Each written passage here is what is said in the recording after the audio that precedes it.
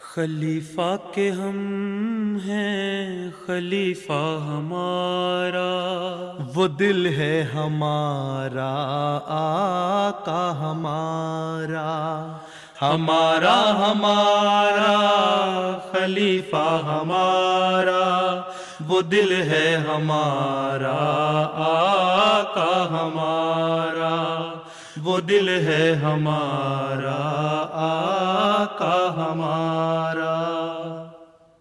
Assalamu alaikum and welcome to This Week with Huzur. We are honored to present highlights of two virtual mulaqats that took place with Arab Ahmadis in Canada last weekend.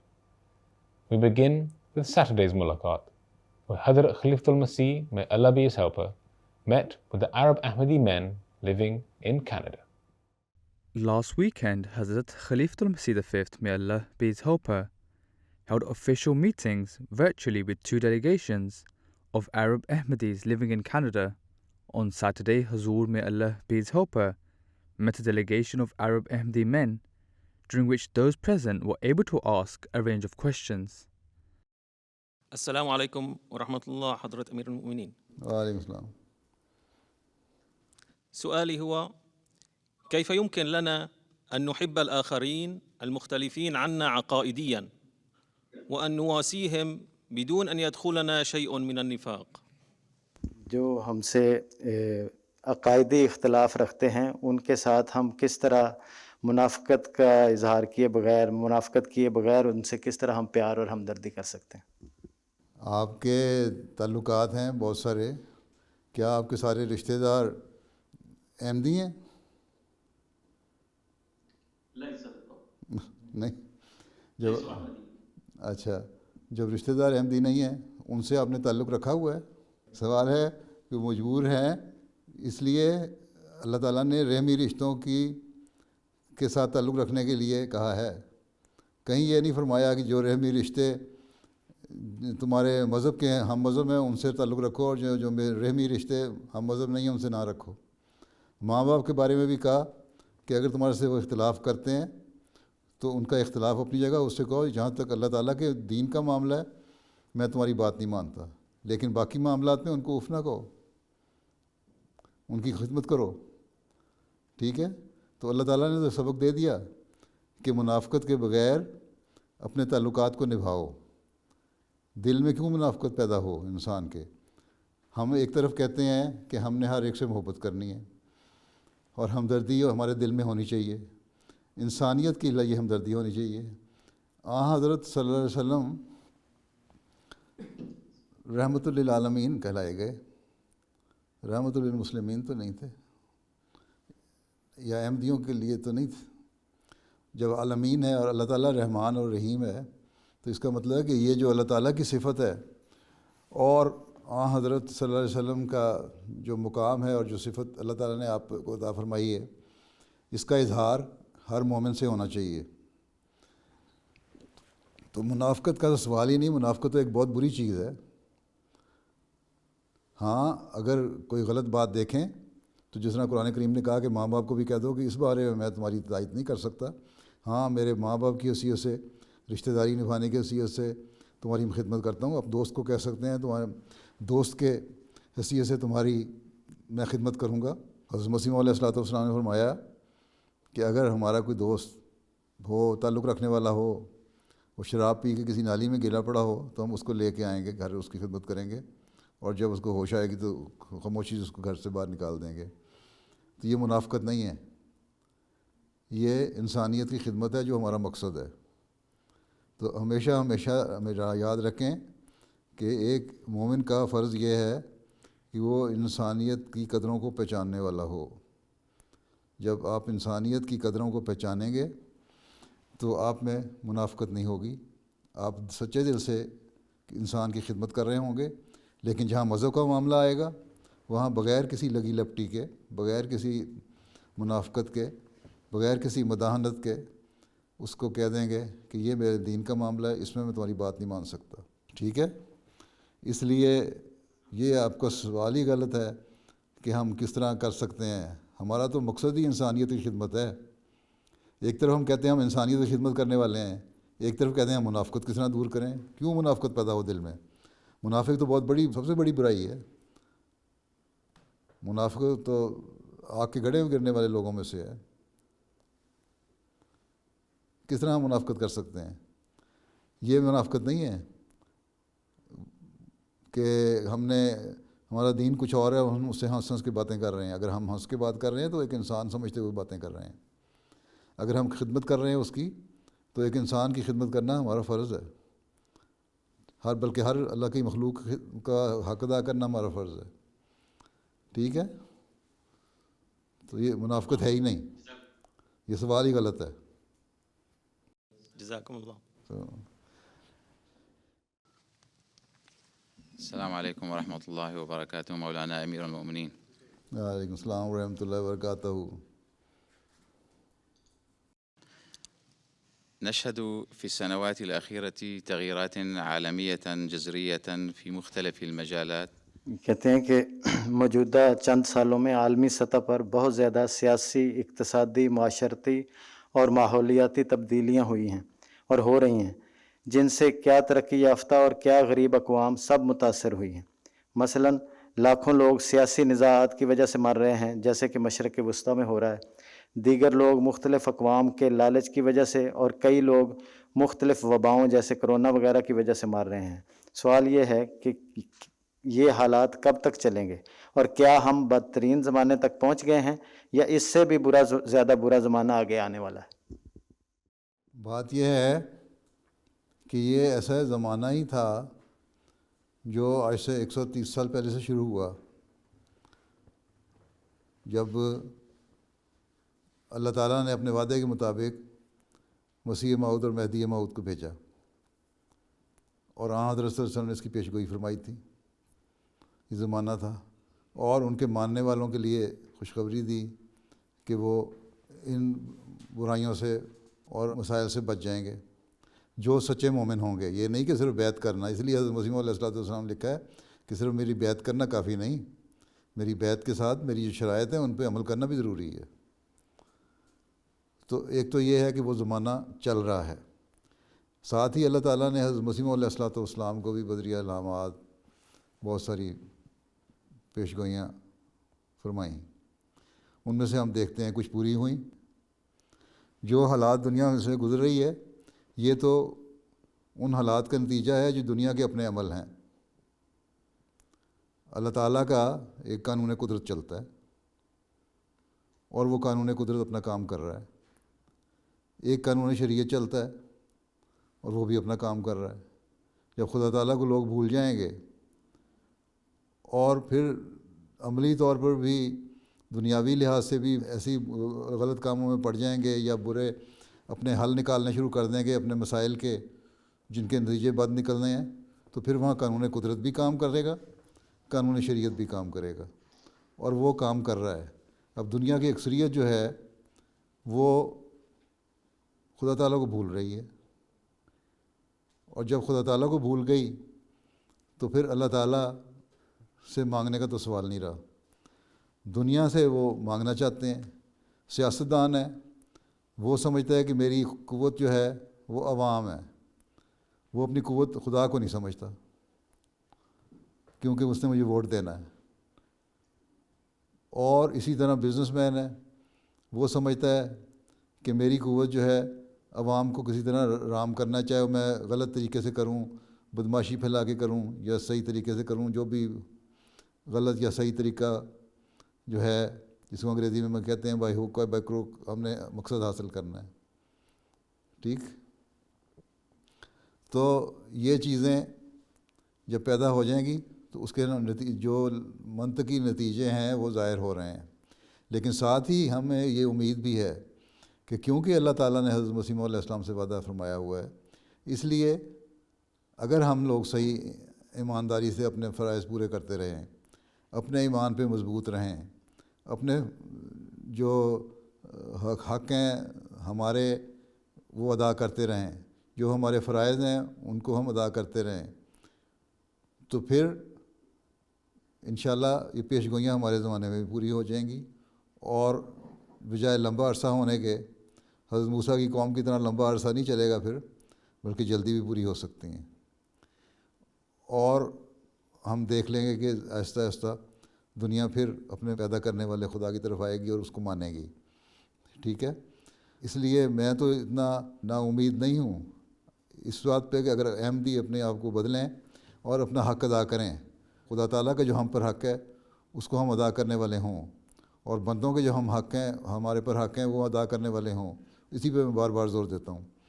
تو یہ دو حقوق اگر ہم ادا کرنے والے بنیں گے، اور انہی حقوق کو قائم کرنے کے لیے حضرت مسیح علیہ السلام نے فرمایا کہ میں آیا ہوں جو اسلام کی تعلیم کے مطابق ہے، تو ہم جلدی اپنے اس کرائسس سے نکلتا ہوا ہم اپنے آپ کو دیکھیں گے. نہیں تو لمبا ایک عرصہ گزرے گا، لیکن ایک وقت آئے گا جو ہم اس کرائسس سے گزر جائیں گے اور احمدیت کی انشاءاللہ تعالیٰ ایک انتہا ہوگی، اور اس کے بعد پھر زمانہ آئے گا جو قرب قیامت کا زمانہ ہوگا. اب وہ ہم اسی دور میں سے گزر رہے ہیں بقول حضرت مسیح علیہ السلام کے کہ آخری 1000 سال ہے، اس میں سے ہم گزر رہے ہیں. لیکن اس سے پہلے ایک زمانہ ترقی کا آنا ہے اسلام کی، اور وہ انشاءاللہ آئے گا. لیکن ہم نے اپنی زندگیوں میں دیکھنا ہے یا ہماری نسلوں نے دیکھنا ہے، یہ اللہ بہتر جانتا ہے. ہم اس کے بارے میں کچھ نہیں کہہ سکتے. ٹھیک ہے. جزاکم اللہ خیر. پیارے حضور، السلام علیکم ورحمۃ اللہ وبرکاتہ. وعلیکم السلام. میرا سوال یہ ہے کہ وہ کیا وجوہات ہیں جس کی وجہ سے عرب ممالک تباہ ہو رہی ہیں؟ اچھا، یہ اردو کہاں سے سیکھی ہے؟ حضور میں جامعہ میں پڑھ رہا ہوں. پڑھ رہے ہیں؟ کون سی کلاس میں؟ ثالثہ میں. ثالثہ میں. اچھا، ماشاءاللہ اچھی اردو آ گئی ثالثہ تک تو. جی، میں ایران کے جماعت سے میں ہوں. ایران سے؟ اچھا عقیل الخمسی ایران سے. اچھا، تو فارسی کے قریب ہی ہے نا بعض الفاظ تو. جی. آج کل کے حالات ایسے نہیں ہیں کہ آپ ایران جا سکیں، اس لیے بیٹھے ہیں آرام سے. پہلی بات تو یہ ہے. ٹھیک ہے.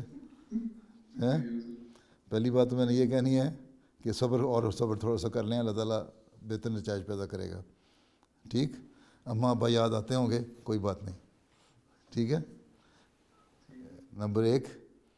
نمبر 2 یہ کہ عرب ممالک کی تباہی کی اصل وجہ کیا تھی کہ ابھی تک وہی وجہ ہے.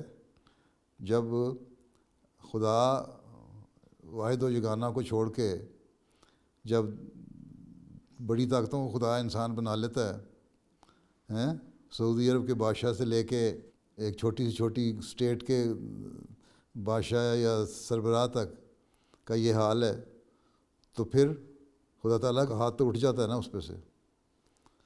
ٹھیک ہے.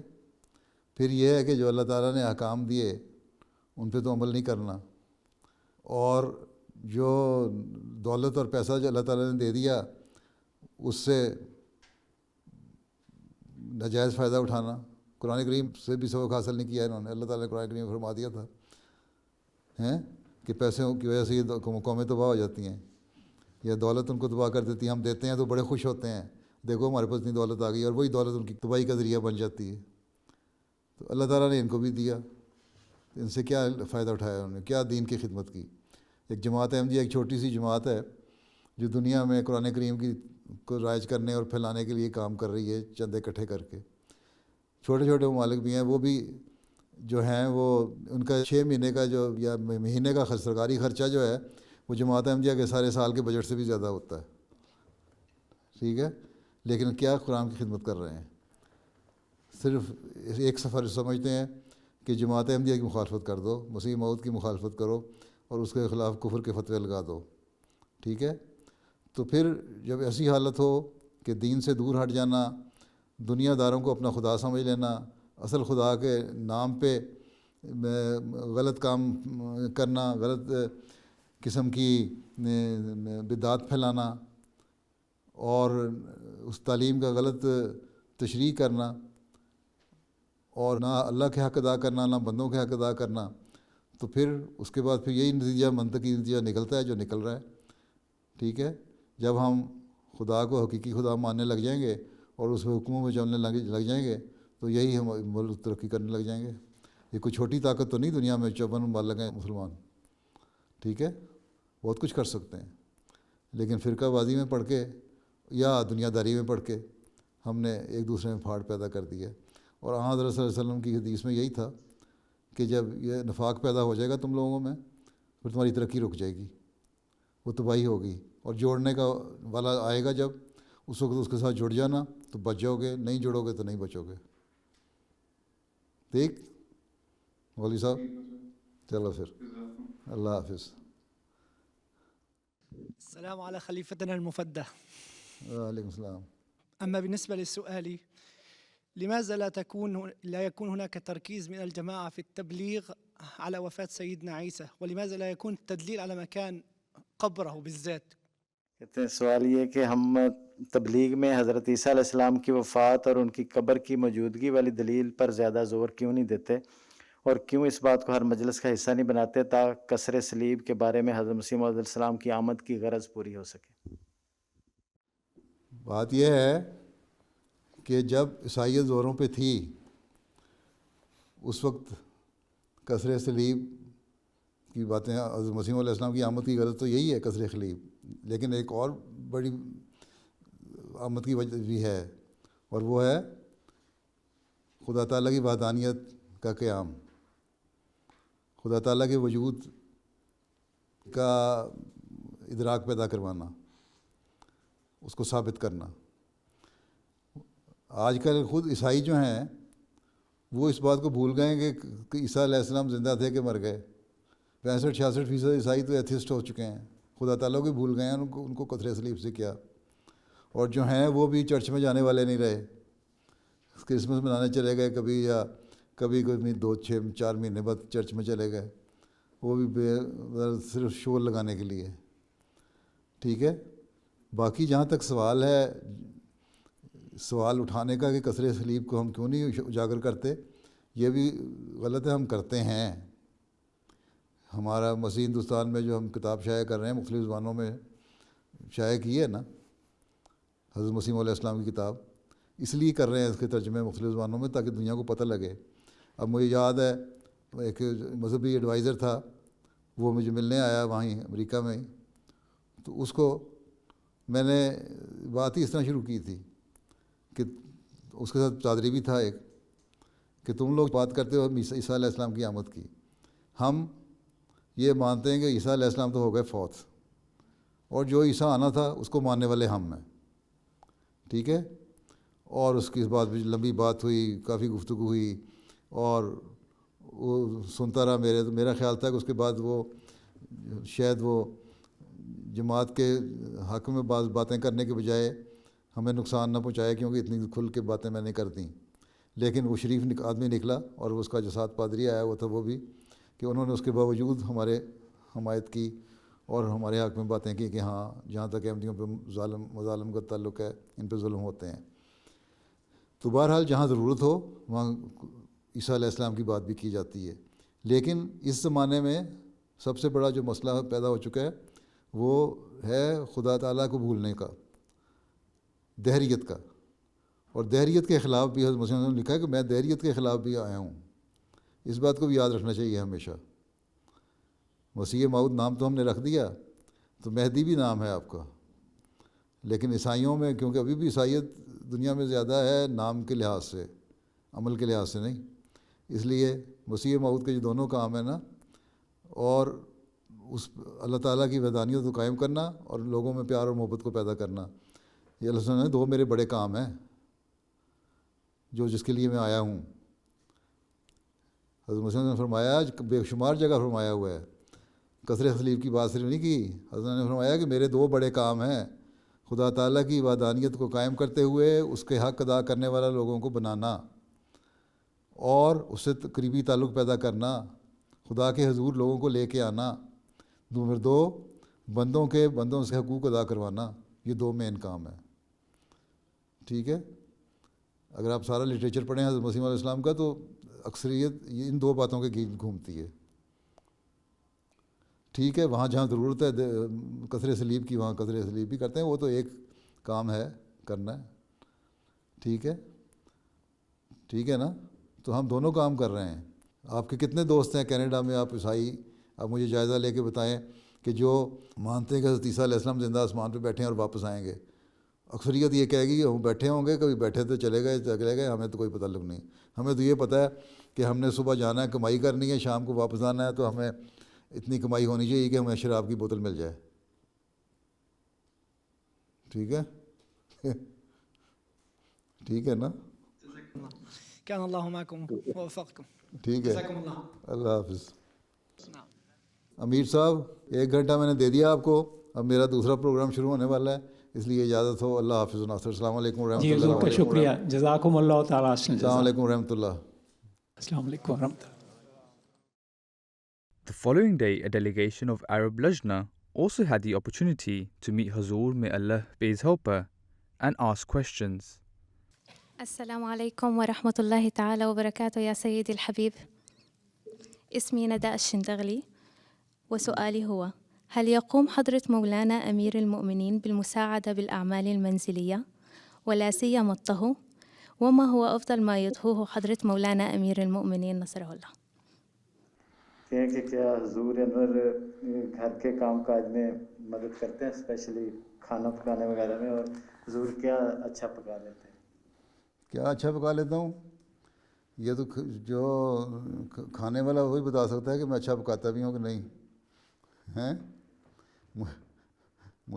میں اگر کچھ 2-4 چیزیں، اگر ہر چیز تو میں نہیں کہتا میں پکا سکتا ہوں، لیکن کبھی کبھی پکایا کرتا ہے. اب تو مدتیں ہو گئیں، کبھی نہیں پکا سکا، وقت ہی نہیں ملتا ہیں. نہ آپ لوگوں سے فرصت ملتی ہے، نہ دفتری کاموں سے فرصت ملتی ہے، نہ لوگوں کے خطوط پڑھنے سے فرصت ملتی ہے کہ کر سکے. لیکن پھر بھی کبھی موقع مل جائے کوئی چھوٹے موٹے کام کرنے کا، اور اگر ضرورت ہو تو کر دیتا ہوں. ٹھیک ہے. اس لیے اکثر وہ مرد جو مصروفیت کا بہانہ کرتے ہیں، ان کے بہانے ہوتے ہیں، وہ ان کو مدد کرنی چاہیے اپنے گھروں میں. ٹھیک ہے. کہہ رہی ہیں کہ کیا ہم پرامن احتجاج جو ہے، مظاہرے، ان میں شامل ہو سکتے ہیں؟ یہ گارنٹی اگر ہو کہ پرامن احتجاج ہوگا اور آخر میں آ کے وہ توڑ پھوڑ اور شدت پسندی میں نہیں بدل جائے گا، تو کر سکتے ہیں، کوئی حرج نہیں اس میں کرنے میں. ٹھیک ہے. کشمیریوں کے حق میں بھی ایک دفعہ خلیفہ ثانی کے زمانے میں احتجاج ہوا تھا اس وقت، اور خلیفہ ثانی نے اس میں اجازت دی تھی، شامل ہو جاتے تھے. تو اگر پرامن احتجاج ہو اور کوئی توڑ پھوڑ نہ ہو، سرکاری املاک کا نقصان نہ پہنچایا جائے، اور قانون کے دائرے کے اندر رہتے ہوئے، جہاں ان ملکوں میں قانون بھی اجازت دیتا ہے احتجاج کی اور جلوسوں کی، پرامن جلوسوں کی، اس حد تک آپ کر سکتے ہیں، کوئی حرج نہیں ہے. کہتی ہیں کہ میری فیملی ڈاکٹر جو مصر سے ہیں اور عیسائی ہیں، ان سے اپوائنٹمنٹ تھی، تو انہوں نے مجھ سے پوچھا کہ کیا آپ وٹامن ڈی لیتی ہیں؟ تو میں نے کہا ہاں میں لیتی ہوں. انہوں نے کہا لیکن آپ کو عام لوگوں سے زیادہ لینی چاہیے، کیونکہ آپ حجاب پہنتی ہیں اور اس کی وجہ سے سورج کی شعاعیں آپ کی دل تک نہیں پہنچ سکتی. تو کہتی ہیں کہ میں سوال یہ ہے کہ کیا خدا تعالیٰ کوئی ایسا حکم دے سکتا ہے کہ جس میں ہماری صحت کے اصول کے خلاف؟ بات یہ ہے کہ سردیوں میں تو جب وٹامن ڈی کی زیادہ کمی ہو جاتی ہے، عموماً دن بھی وہاں چھوٹے ہوتے ہیں یورپ وغیرہ مغربی ممالک میں، اس وقت تو ان لوگوں نے بھی اپنے جسم کو ڈھانکا ہوتا ہے اور سورج نکلتا بھی نہیں اتنا زیادہ، اس وقت تو یہ لوگ بھی وٹامن ڈی لے رہے ہوتے ہیں. باقی رہ گئی گرمیوں کی باتیں، اس میں ہمارے جو چہرہ ہے آپ کا عموماً کافی حد تک ننگا ہوتا ہے، اور سورج کی شعاعیں صرف ایسی تو نہیں ہے کہ جو ڈائریکٹ جلد پہ پڑیں تو پھر ہی ہے. اب یہ لوگ وٹامن ڈی لینے کے نام پہ اور سن باتھ کے نام پہ بیچز پہ جا کے، سمندروں کے کنارے گرمیوں میں جا کے ننگے ہو کے لیٹ جاتے ہیں کہ ہم وٹامن ڈی لے رہے ہیں اور سورج کی شعاعیں لے رہے ہیں. تو یہ تو بے حیائی پھیلنے والی اور پھیلانے والی باتیں ہیں، اس کی اسلام اجازت نہیں دیتا. سورج کی جتنی ریکوائرمنٹ ہے وہ سورج میں کپڑوں سمیت بیٹھنے سے بھی پوری ہو جاتی ہے. آپ کا چہرہ تو ننگا ہوتا ہے، آپ کے ہاتھ بازو ننگے ہوتے ہیں، پاؤں آپ ننگے رکھتے ہیں، اور اسی میں وٹامن ڈی کی جتنی ریکوائرمنٹ ہے پوری ہو جاتی ہے. اللہ تعالیٰ نے اپنا نظام ایسا رکھا ہوا ہے. یہ صرف دنیا داری والی اور دجالی چال ہے کہ جی تم اگر یہ اس طرح کرو گی تو پھر تمہاری اندر وٹامن ڈی نہیں آئے گی. وہی شیطان کے ابھی ذکر ہوا رہا تھا نا، شیطان کے وسوسے ڈالنے والی بات. تو یہ شیطانی وسوسے ہیں جو پڑھے لکھے لوگ بھی ڈالتے ہیں، تو یہ باہر کے شیطان ہیں، ٹھیک ہے. اس لیے جو اتنی ریکوائرمنٹ آپ کی ہے وہ پوری ہوتی ہے. باقی سارا دن آپ گھر میں تو حجاب پہن کے نہیں بیٹھی ہوتی. گھر میں آپ کے کمرہ ہے، اس کے کھڑکیوں سے شیشوں سے دھوپ آ رہی ہوتی ہے، جب دھوپ آ رہی ہے وہاں بیٹھ کے دھوپ لے سکتی ہیں. کپڑے لائٹ کپڑے پہنے ہوتے ہیں، اس میں آپ بیٹھی ہوتی ہیں. جب باہر جانا ہے حجاب لینے کا یا کوٹ پہننے کا یا پردہ کرنے کا حکم تو باہر کے لیے ہے. گھر میں اگر کوئی نامحرم ہے تو اور بات ہے، ادروائز تو یہی ہے کہ ہم ریلیکس کپڑوں میں پھر سکتی ہیں، اور بے شک اپنے سروں سے اوڑھنیاں بھی اتاری ہوتی ہیں، کوئی ایسی بات نہیں ہے. تو ڈھیلے لباس بھی ہوتے ہیں گھروں میں، اور وہ جو لباس ایک آدھی قمیض پہنی ہوتی ہے وہ کافی ہوتی ہے سورج کی شعاؤں کو لینے کے لیے. یہ بالکل غلط طریقہ ہے. یہ کہہ دیا کہ جی سورج کی شعائیں نہیں جاتی، وٹامن ڈی لیں. ان لوگوں میں وٹامن ڈی کی زیادہ کمی ہوتی ہے، بلکہ یہ بھی لیتے ہیں بہت زیادہ،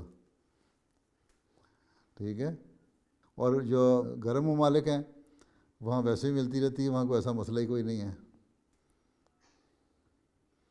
ٹھیک. Another lady asked how to inculcate love for Allah the Almighty and for namaz within one's young children. ان کے سامنے نماز پڑھیں، ان کے سامنے اپنی نماز جو ہے نمازیں ان کے سامنے پڑھیں، اور نمازوں کی جو اپنی حالت ہے اس کو اتنا سنوار کے پڑھیں کہ ان بچوں میں شوق پیدا ہو کہ ہم نے بھی نماز پڑھنی ہے. میں نے دیکھا ہے کئی ماں باپ ہیں جو خود نماز پڑھتے ہیں بچوں کے سامنے.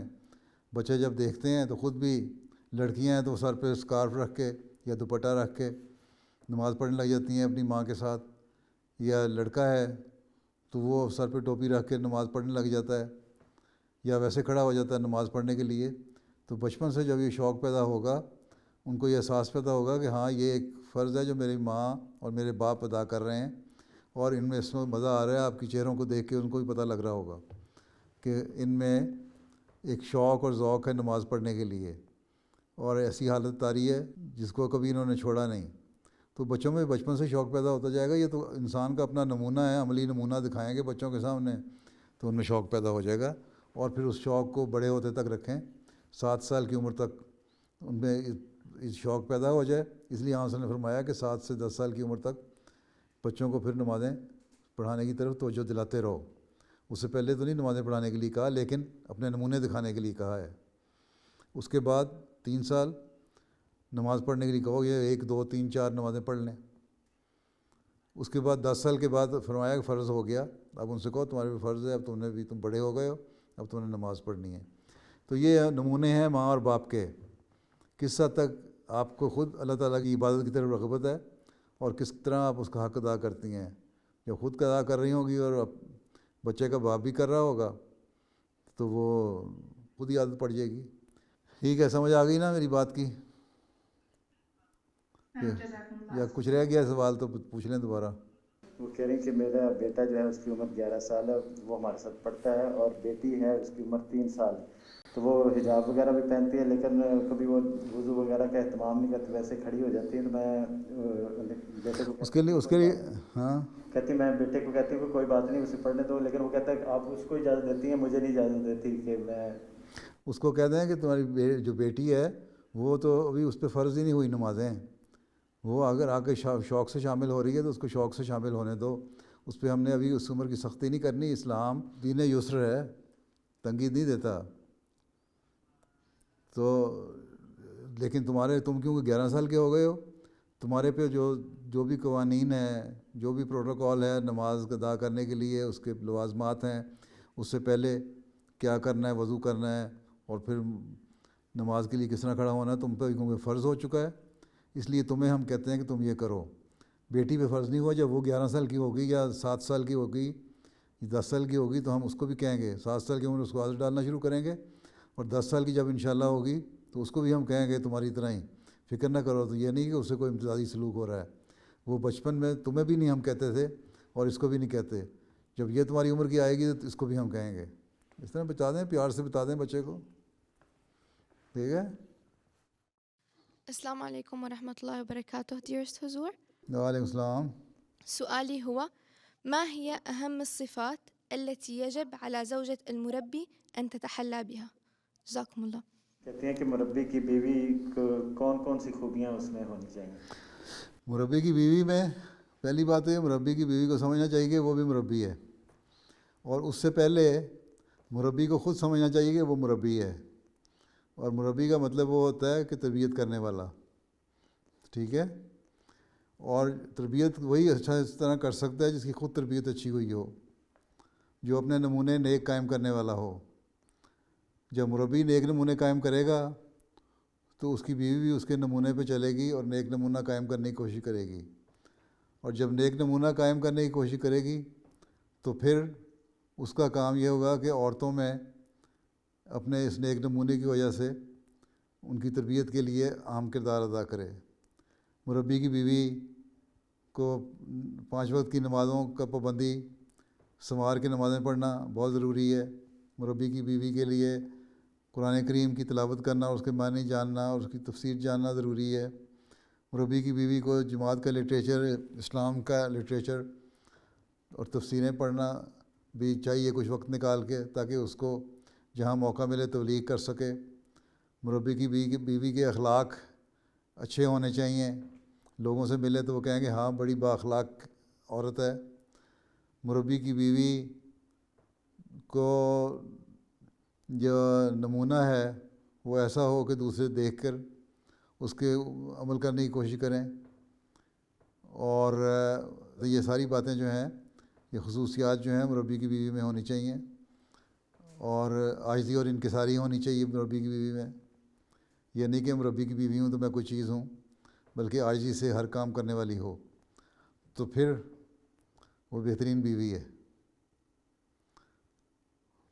ٹھیک ہے، جزاک اللہ حضور۔ ٹھیک ہے، اور وقت ختم ہو گیا ہے، گھنٹہ پورا ہو گیا ہے، اور جزاک اللہ۔ السلام علیکم ورحمۃ اللہ وبرکاتہ۔ باقی باتیں بعد میں۔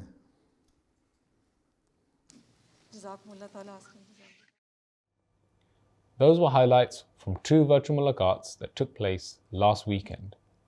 We now end with our final segment, a clip from this week's Friday sermon. In today's Friday sermon, Hazur, may Allah be his helper, continued his series of sermons about the companions who took part in the Battle of Badr. Towards the end, Hazur, may Allah be his helper, requested prayers for Ahmadis around the world. آج میں افغانستان کے احمدیوں کے لیے دعا کے لیے بھی کہنا چاہتا ہوں۔